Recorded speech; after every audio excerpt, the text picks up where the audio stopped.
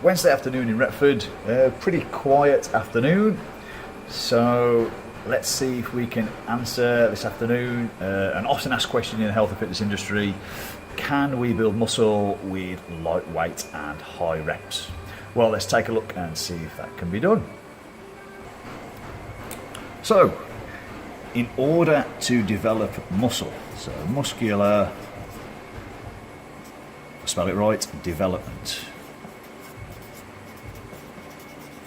In order to develop muscle, we need to stimulate what's called muscle protein synthesis, or MPS for short. Alright, so there are 3 accepted methods of doing this in the gym. One, we can train with what we call progressive overload. Okay, progressive overload refers to maybe the traditional style of training. You're looking to move more weight, you're looking to use more reps, you're looking for a little bit more time under tension, you're looking to use less rest. The traditional methods of training in the gym. If we train that way, then progressively overloading the muscle will lead to muscle protein synthesis. So that's method number 1. Method number 2, muscular damage. Okay, so we know that emphasizing the negative portion of your lift incurs more muscular damage.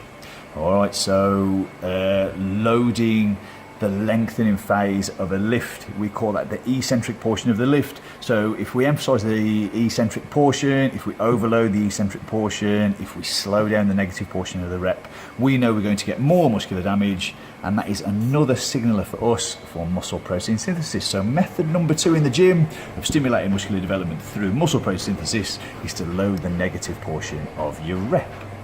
Number 3 method, or the third method, is called metabolic stress. All right, so this is the one that most people don't use so much. All right, so this is the one that refers to maybe lighter weight and high reps. So here's our muscle cell. As our muscles perform work, metabolites build up in your cell. Let's say that you continue to perform your set, you continue to do a little bit more work with those muscles, more metabolites will build up in this cell. All right, so let's imagine that we've got a light bar, light dumbbells, a light weight on the bar. We're doing rep after rep after rep. We're going for a high rep set with light weights. Keep doing the work, more metabolites build up in the cell.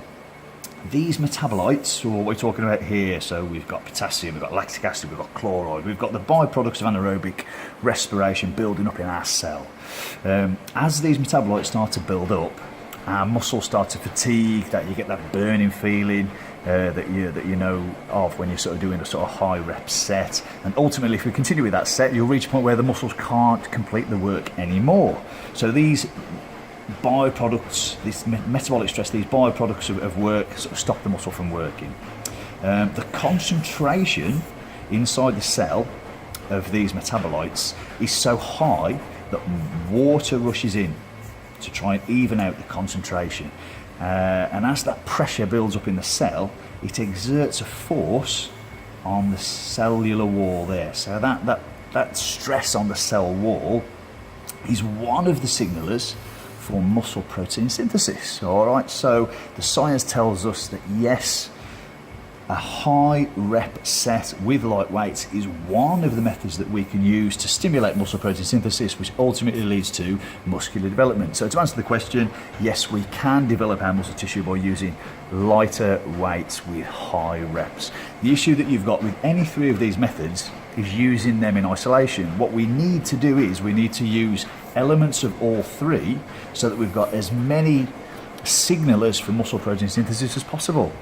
So the issue that we have is, of course, just using one of those. So if you only use progressive overload, then you've only got that one method of stimulating muscle protein synthesis. If you only use lightweight with high reps, then you've only got one method of stimulating muscle protein synthesis.